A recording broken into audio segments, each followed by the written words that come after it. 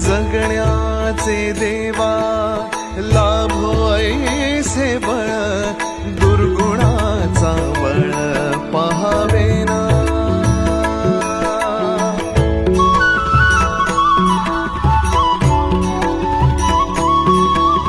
तुझ्या दारी दावी पांडुरंगी तळ, उन्मादाचा मळ झाकवेना।